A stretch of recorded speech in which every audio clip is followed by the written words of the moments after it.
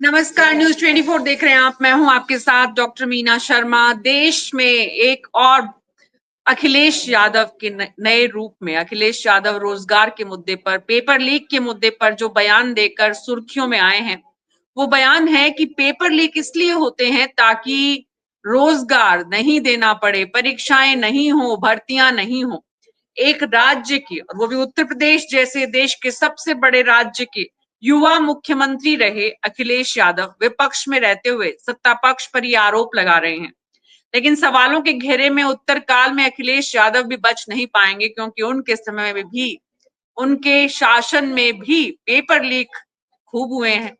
तो उत्तर प्रदेश ही नहीं, देश में पेपर लीक को लेकर अखिलेश यादव के बयान के बाद कई सारे सवाल गूंज रहे हैं। राजनीतिक गलियारों में आम आवाम कंफ्यूज होती है बड़े नेताओं के इस तरह के बयानों से। राज्य की राजनीति से निकलकर राष्ट्रीय राजनीति में अपनी पहचान बनाने की कोशिशों में जुटे अखिलेश यादव संसद में अगर इस तरह का बयान देते हैं तो उसके क्या मायने हैं और उसका क्या असर हम देखते हैं। जनता उससे, और खास करके युवा, उससे किस तरह से भ्रमित होंगे या उस बात को, उस मुद्दे को किस रूप में लेंगे, समझने की कोशिश कर रहे हैं हमारे खास मेहमानों के साथ। अपर्णा दीक्षित, बीजेपी की प्रवक्ता; फखरुल हसन चांद, समाजवादी पार्टी के प्रवक्ता; विजय कुमार बंधु, प्रदेश अध्यक्ष अटेवा; अशोक कुमार, प्रधान महासचिव, प्रदेश चिकित्सा स्वास्थ्य महासंघ। आप सभी हमारे साथ जुड़े हैं, सभी का बहुत बहुत स्वागत है। फखरुल हसन चांद, शुरुआत आपसे ही करना चाहते हैं। समाजवादी पार्टी के नेता, समाजवादी पार्टी के बड़े नेतृत्व की तरफ से, बड़े नेता की तरफ से, समाजवादी पार्टी के चेहरे की तरफ से दिए गए इस बयान का मतलब क्या है? क्या वाकई में ये बयान देने से पहले अखिलेश यादव ने इस बात पर गौर किया है कि छींटे उन पर भी लगेंगे?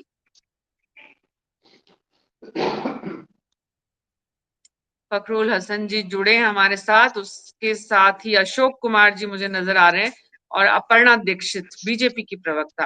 अपर्णा जी, ये जो आरोप है, इसे सरकार कैसे इसका सामना करेगी और क्या इसका जवाब देगी? क्योंकि ये एक युवा पीढ़ी पूरी की पूरी, उसको साथ लेने का अखिलेश यादव का प्रयास है। देखिए, अखिलेश यादव जी ने जो संसद में बयान दिया है, कहीं न कहीं आप देखेंगे कि उन्होंने आरक्षण की भी बात की, संविधान की भी बात की। हालाँकि संविधान से शुरू किया, बड़ी अच्छी बात है, आपने शुरू किया। संविधान सबके लिए समान है, सबको समान रखता है, ये अधिकार देता है हमें। आपने आरक्षण की बात की, आपने अपनी ही पार्टी में जब अलीगढ़ मुस्लिम यूनिवर्सिटी में एससी-एसटियों को जो आरक्षण था, वो आपने क्यों मुसलमानों को दिया? सबसे पहला प्रश्न मेरा ये उठता है, क्या इसका जवाब दीजिए। तो आपको अधिकार है क्या फिर आप एससी और एसटी और पीडीए का जो नारा लगाते हैं, वो आपको नहीं देना चाहिए।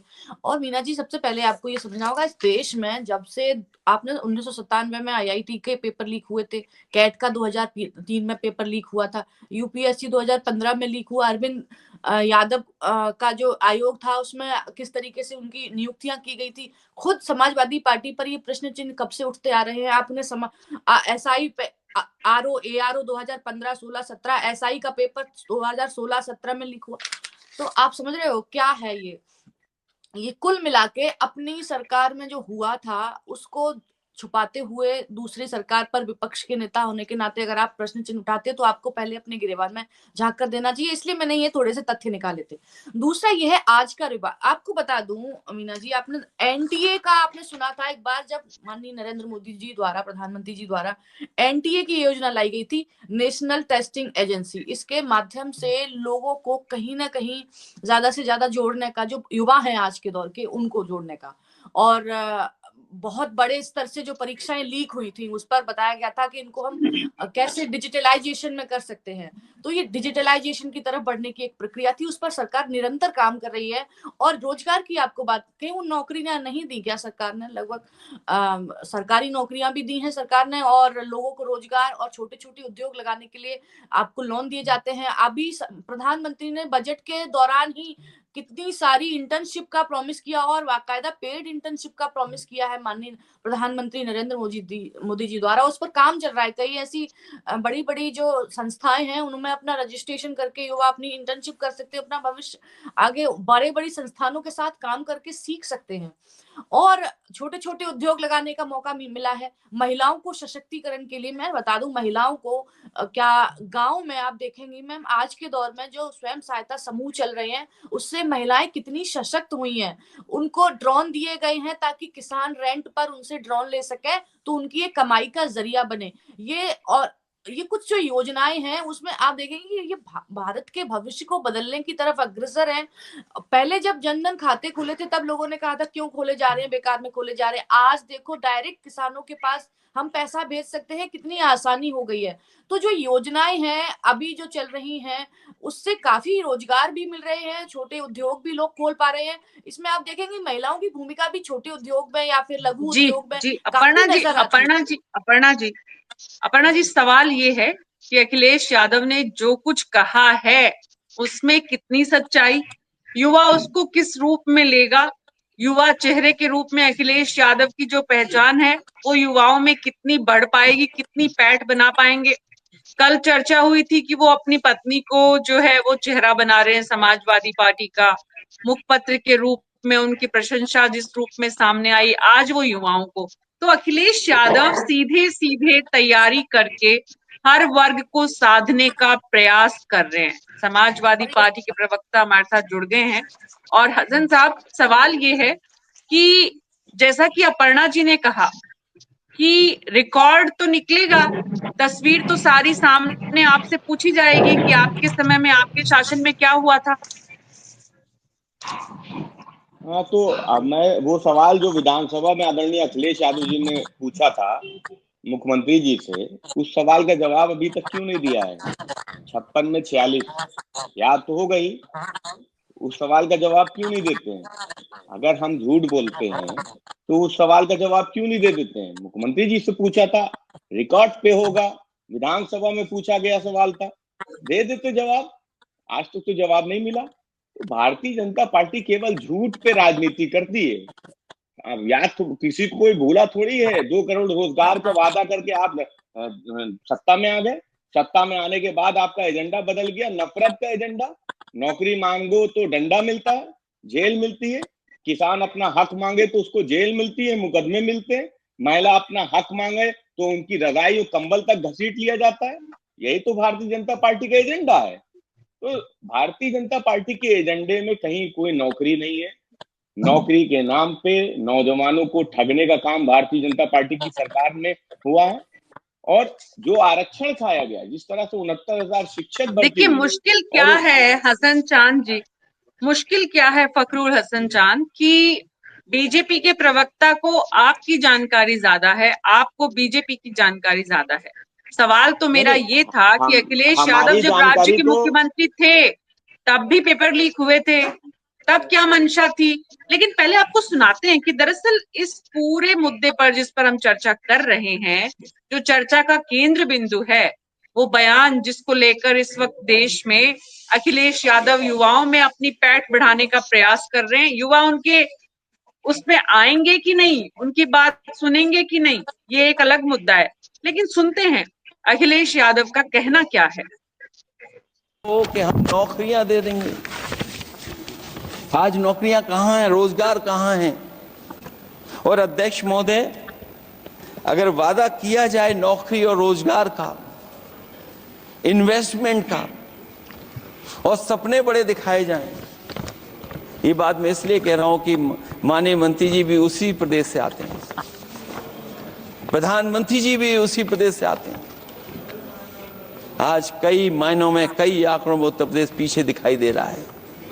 जहां रोजगार के सवाल पर, जो सरकारी नौकरियां इसलिए नहीं क्योंकि आरक्षण न देना पड़ जाए, इसे सरकारी नौकरियां नहीं हैं। आए दिन पेपर आउट, पेपर लीक, न केवल पेपर लीक है बल्कि जानबूझ करके पेपर लीक कराया जाता है जिससे कि परीक्षा रद्द की जा सके।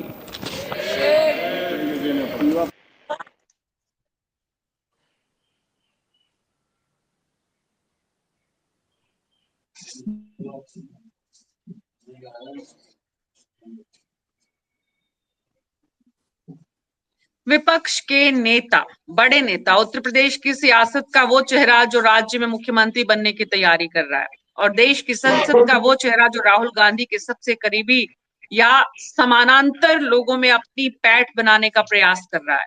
अखिलेश यादव ने क्यों कहा कि नौकरी ना देनी पड़े, इसलिए यूपी में पेपर लीक होते हैं? रोजगार और पेपर लीक पर विपक्ष ने क्यों सवाल उठाए? सरकार की इसको लेकर किस तरह के जवाब की तैयारी है? संसद में अखिलेश यादव के रोजगार वाले बयान पर क्यों मचा है सियासी घमासान?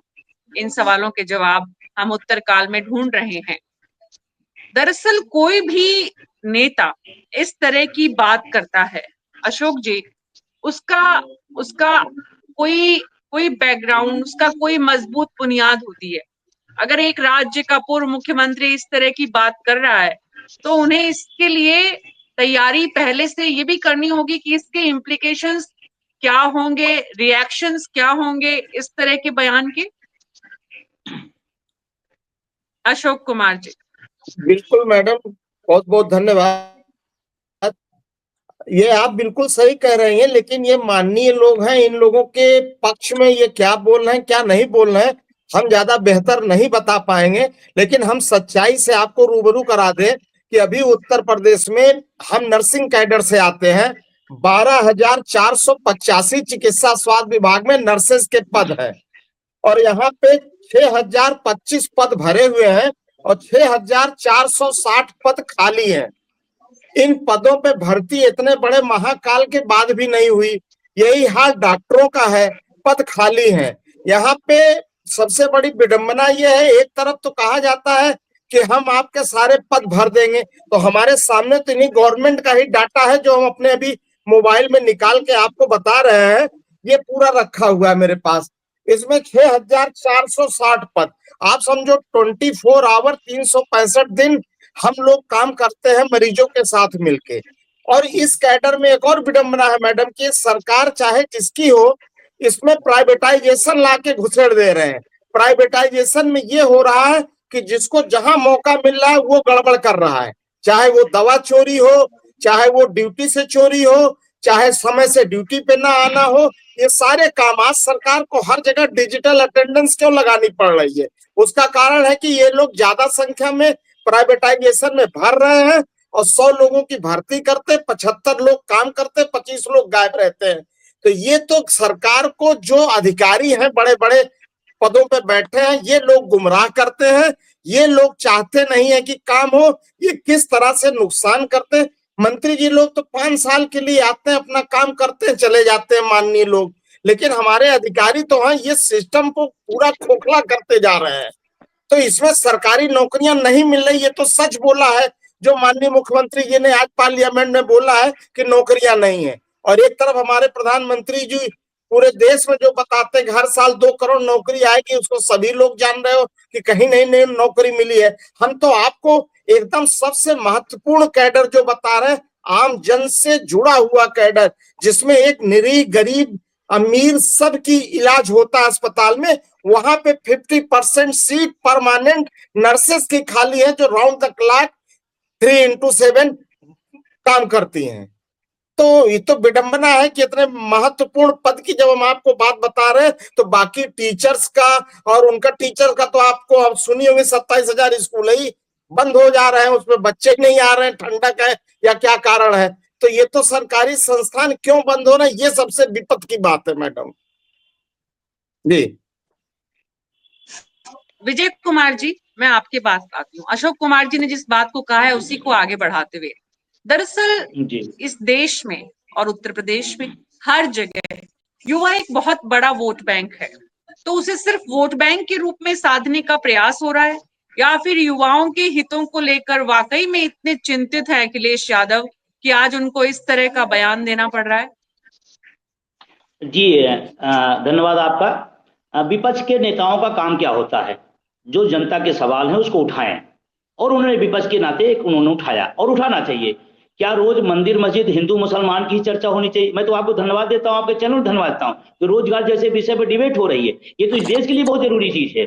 अब रही बात जिस विषय की चर्चा हो रही थी, मैं आज ही संसद का बयान है और माननीय मंत्री जो कार्मिक मंत्री हैं उनका बयान है, 5,545 स्वीकृत पद हैं प्रशासनिक और पुलिस अधिकारी के। IAS IPS की बात कर रहा हूं मैं। 5,555 पद, ये संसद का बयान है, माननीय मंत्री जी बयान है, और 4,469 पद भरे हुए हैं। तो अब बताइए, जब प्रशासनिक पद IAS IPS मतलब इतनी बड़ी पोस्टों पर इतनी सीटें खाली हुई, 13 से 16 पद खाली पड़ेंगे, ये मेरा डाटा नहीं है, संसद में बयान दिया हुआ है। आप कल्पना करिए, पूरे देश में लगभग पूरे विभागों में 9.5 लाख पद खाली हैं। मैडम, उस दौर में जब हमारा करोड़ों व्यक्ति सड़कों पर रोजगार मांग रहा है, हमारे सरकारी विभाग के सरकारी पद 9.5 लाख पद खाली हुई हैं। ये सरकार 8-7 साल से यहाँ, 11 साल से वहां है। और मेरा अपना मानना है, क्योंकि मैं पॉलिटिकल साइंस का स्टूडेंट हूं, मैं जानता हूं, जब भी जो सत्ता में रहेगा, सत्ता में जो रहेगा सवाल उसी से होगा। आज सत्ता में ये पार्टी है, इससे सवाल होगा, कल दूसरी पार्टी आएगी उससे सवाल होगा। विपक्ष से सवाल नहीं होता है, जिनमें सवाल सत्ता से होता है। मैं पूछना चाहता हूं, अभी बीजेपी के प्रवक्ता बोल रही थी ये हो गया 9.5 लाख पद, 7 साल उत्तर प्रदेश, 11 साल देश में 9.5 लाख पद क्यों खाली है? और एक बात और मैं कहना चाहता हूं, क्या मैडम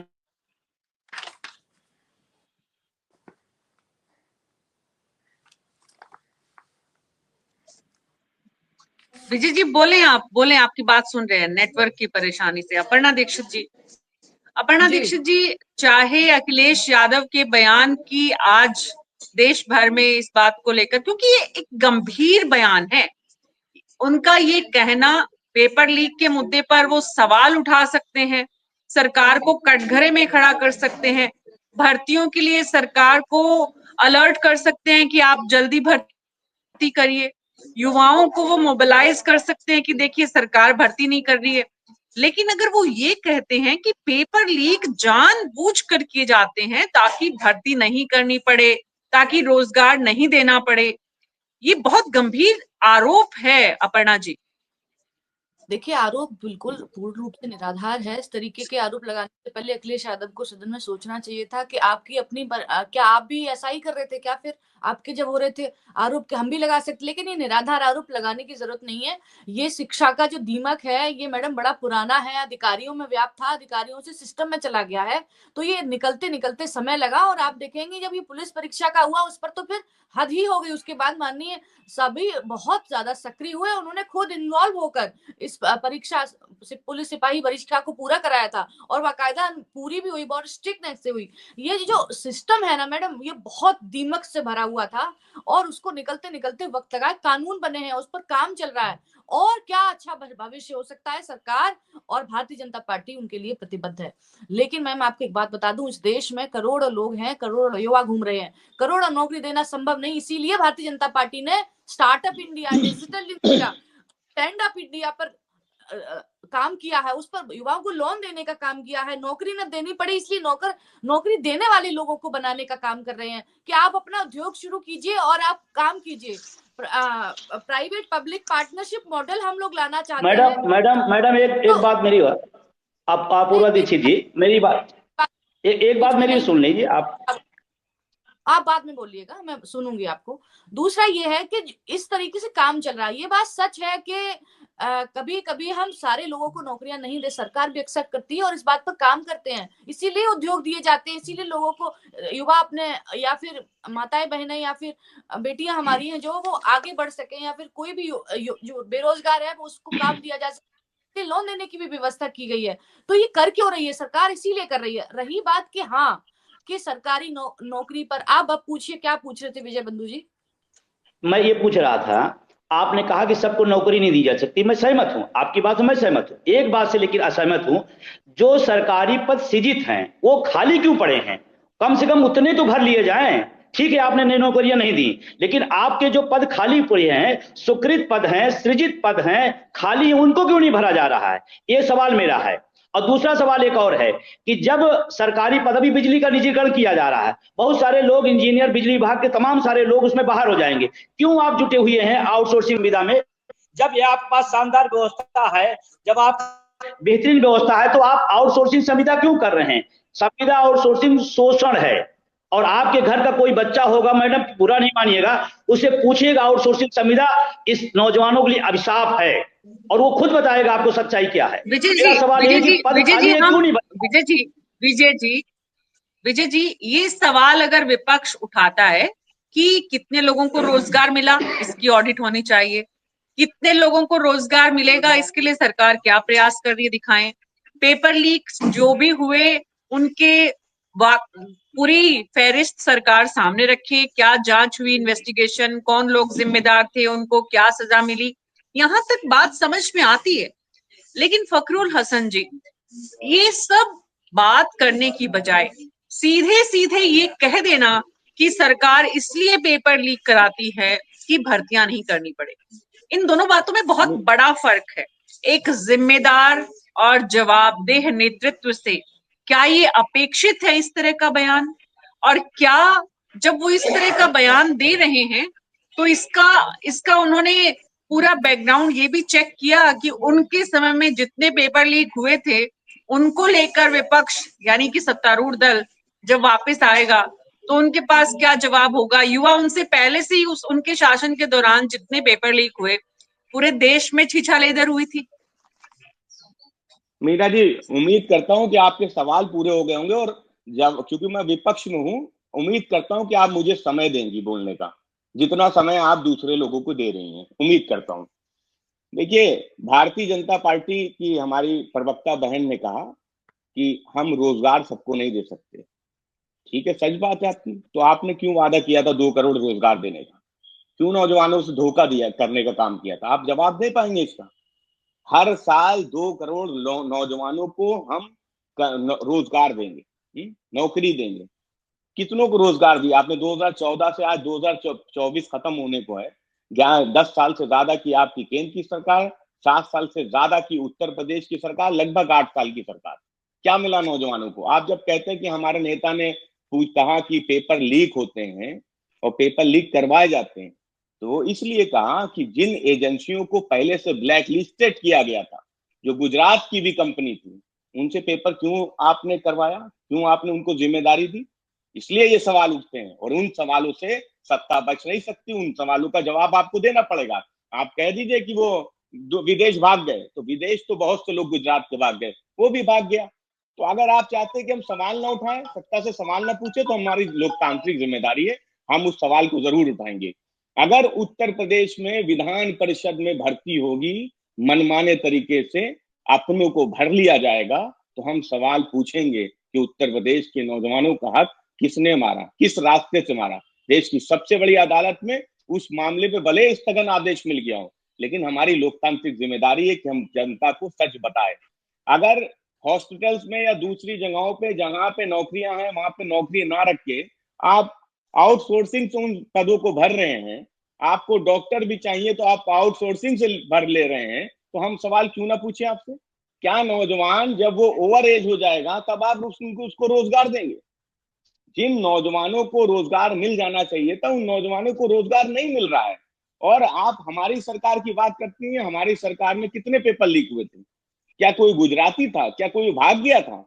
जिन लोगों की भी जिम्मेदारी थी, वो जिम्मेदारी तय हुई थी, और एक पेपर लीक नहीं हुआ है। पेपर लीक के बाद पेपर लीक, पेपर लीक के बाद पेपर लीक, एक रिकॉर्ड बन गया था उत्तर प्रदेश में। इसलिए सवाल ज्यादा उठते हैं उत्तर प्रदेश में पेपर लीक पे। नौजवानों को भाजपा रोजगार नहीं देना चाहती, इसलिए उठते हैं। और हम तो साफ बात करते हैं, उत्तर प्रदेश में लगातार मंदिर और मस्जिद के मुद्दे उठ रहे हैं, लगातार। अब तो देश की सबसे बड़ी अदालत का फैसला आ गया है, कुछ समय के लिए वो भले रुक जाए, चीजें रुकी हुई हैं, रुकेंगी, लेकिन उत्तर प्रदेश के जो मुद्दे हैं, जो बेरोजगारी के मुद्दे हैं, नौजवान अगर अपना हक मांगने निकलता है तो उसको लाठी मिलती है। मुख्यमंत्री आवास के पास जाता है तो लाठी मिलती है। किसान आज गाजियाबाद की जेलों में बंद है क्योंकि वो अपना हक मांगने के लिए निकले थे। तो उत्तर प्रदेश की सरकार ने आखिर 8 साल में क्या किया है? अगर हम नौजवानों के मुद्दे को उठाते हैं, किसानों के मुद्दे को उठाते हैं, महिला सुरक्षा के मुद्दे को उठाते हैं, उत्तर प्रदेश में लगातार हत्या, लूट, अपहरण जैसी घटनाएं हो रही हैं। और अपहरण किसके हो रहे हैं आप देखिए ना। तो हमारा तो लोकतांत्रिक अधिकार है, हम सवाल पूछेंगे। और अगर जो संविधान का जिस तरह से गला घोटा जा रहा है, जिस तरीके से उत्तर प्रदेश में बाई इलेक्शन में प्रशासन का, सरकारी मशीनरी का दुरुपयोग हुआ, वो भी किसी ने छुपा नहीं। इन सब मुद्दों को आदरणीय अखिलेश यादव जी ने सदन में उठाया है, जनता, पूरे देश की जनता ने सुना।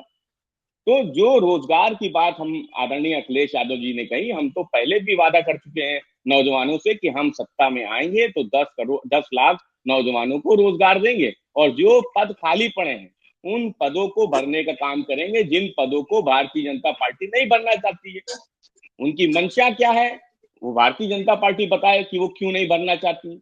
आखिर क्यों इतने समय से पद खाली पड़े हुए हैं, आप क्यों अपनों की भर्ती कर रहे हैं? तो जो सवाल है वो सवाल तो उठेंगे, ये हमारा लोकतांत्रिक अधिकार है। आदरणीय अखिलेश यादव जी ने जो सरकार पे आरोप लगाए, वो केवल आरोप नहीं है, उसके पीछे पूरा बैकग्राउंड है, पूरा इतिहास है, इसलिए इस तरीके की बात कही। जी, अब आप ये नहीं बोल सकते कि मैंने आपको बोलने नहीं दिया, आपने अपनी बात खत्म कर बहुत दी। धन्यवाद, अशोक जी, बहुत धन्यवाद। अशोक जी मैं आपके पास आ रही हूँ। अशोक जी, राज्य में युवाओं की, और किसी भी देश में और दुनिया में किसी भी लोकतंत्र में हम जाएं, युवा बहुत बड़ी ताकत है। जब युवा सुनते हैं देश के नेताओं के द्वारा इस तरह के बयान, तो युवाओं के उत्साह पर, जोश पर, उनकी तैयारी पर क्या असर पड़ता है, और ऐसे में सरकार की भूमिका क्या हो जाती है, राज्य सरकार की भी और केंद्र की भी? क्योंकि यहाँ अखिलेश यादव ने भले ही हमला संसद से किया हो, लेकिन वो योगी और मोदी दोनों पर है प्रहार।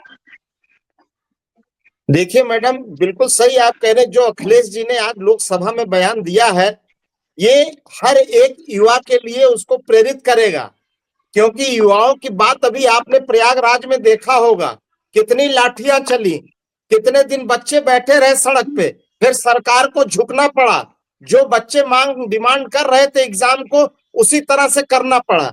तो उन सब के ऊपर ये असर पड़ेगा। अभी आपके सामने मैडम एकदम उदाहरण है, पुलिस भर्ती जो एक कंपनी थी ईडू टेस्ट, वो कंपनी गुजरात की थी। वही ईडू टेस्ट कंपनी जब पुलिस भर्ती में घोटाले में पकड़ी गई, तब उसको ब्लैक लिस्टेड करके हटा दिया गया। और वही ईडू टेस्ट कंपनी गुजरात की, अगर आप उसको लिंक्डइन पे जाके देखेंगी, चेक करेंगी, तो वो किसकी कंपनी है साफ दिख जाएगा आपको। आजकल कोई चीज छिपी नहीं हुई है।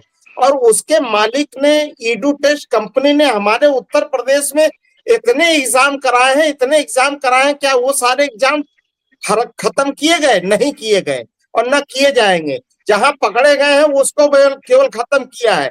तो जो भी नौकरियों में जो ये घोटाला हो रहा है, ये घोटाला इस समय कुछ ज्यादा हो रहा है। उसका कारण केवल बेरोजगारी है, क्योंकि बेरोजगारों को कुछ नहीं मिल रहा है। आपने सुना होगा, जब से देश आजाद हुआ है, पहली बार डिजिटल अरेस्ट टाइप की चीज हम लोग सुन रहे हैं। रोज अखबार उठाते तो किसी का 1 करोड़ निकाल लिया, किसी का 5 करोड़ निकाल लिया। वो यही 10 साल के अंदर डिजिटल अरेस्ट भी आया है। डिजिटल अरेस्ट पहले हम लोगों ने नहीं सुना था। हमारे यहाँ नर्स भी डिजिटल अरेस्ट हुई है, डॉक्टर भी हुआ है, लैब टेक्नीशियन भी हुआ है। यही लखनऊ से कई करोड़ रुपए डिजिटल अरेस्ट में। तो जब डिजिटल अरेस्ट हो सकता है, तो कंप्यूटर से होने वाली सारी परीक्षाएं डिजिटल अरेस्ट के वाले ही बच्चे उसको हैक कर लेते हैं कंप्यूटर को। ये हमसे बेहतर आप भी जानती हैं, और जो फखरुल जी बैठे हैं, नेताजी, ये भी जानते हैं, और हमारी अपर्णा बहन जी बैठी, ये भी हमसे अच्छा जानती हैं, क्योंकि ये लोग सोशल हैं। ये लोग हमसे बेहतर इन चीजों को जानते हैं कि जो डिजिटल अरेस्ट कर सकता है, तो कंप्यूटर को भी अपने अंडर में अरेस्ट करता है। और 99.99% नंबर अभी इसी लखनऊ में जो परीक्षाएं चिकित्सा स्वास्थ्य विभाग के उन संस्थानों में हुई है, वहां पे इतना इतना नंबर पाके बच्चे पास हुए हैं, आज की तारीख में नौकरी कर रहे हैं। और उन्हीं अस्पताल में जाके उनका बैकग्राउंड से आप अगर हिसाब लीजिएगा, तो उनको न ए आता है न जेड आता है, और नौकरियां पाए हुए हैं, क्योंकि वो सब डिजिटल अरेस्ट होके कंप्यूटर में नौकरी कर रहे हैं। तो हमारे मुख्यमंत्री जी या बीजेपी भी इस पार्टी इस मामले में, अभी मेरे पास एक आया है कि उसने डिजिटल अरेस्ट करने के लिए पकड़ लिया, तो वीडियो बना के कोई घुमा रहा है, सोशल मीडिया पे चल रहा है, कह रहा मेरा तुम कुछ नहीं कर सकते हो,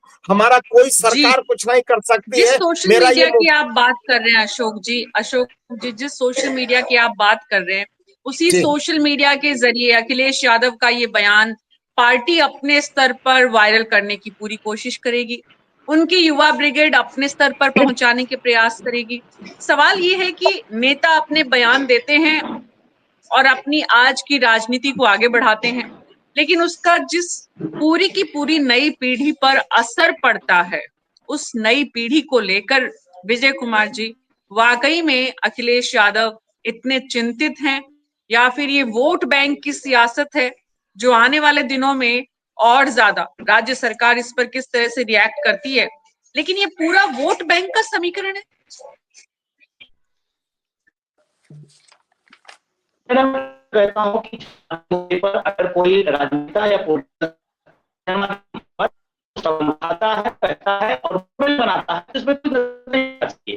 मैं शिक्षा, चिकित्सा, रोजगार, पुरानी पेंशन, सामाजिक सुरक्षा, इसी पे होना चाहिए। संस्कृति बनी हुई है, जवाब दे, बताए कि नहीं के अंदर। बंधु जी को नेटवर्क की दिक्कत आ रही है मैडम। जी जी, बहुत बहुत शुक्रिया आप सबका इस चर्चा में शामिल होने के लिए। कुल मिलाकर जो बात समझ में आ रही है वो ये कि इस वक्त उत्तर प्रदेश के चुनावों की राजनीति शुरू हो चुकी है। योगी और मोदी की जोड़ी को विफल करने में राहुल गांधी और अखिलेश यादव कितना साथ आ पाएंगे उत्तर प्रदेश में, ये भविष्य के गर्भ में है। लेकिन अखिलेश यादव अपने स्तर पर हर वर्ग को साधने की कोशिशों में जुट गए हैं। अब युवाओं को साथ लेने के लिए जो तीर उन्होंने छोड़ा है वो उनको यानी विपक्ष को कितने घाव लगाएगा और वापस पलटकर उनको कितना परेशान करेगा, ये देखना काफी दिलचस्प होगा। न्यूज़ 24 पर आज मेरे साथ इतना ही। नमस्कार।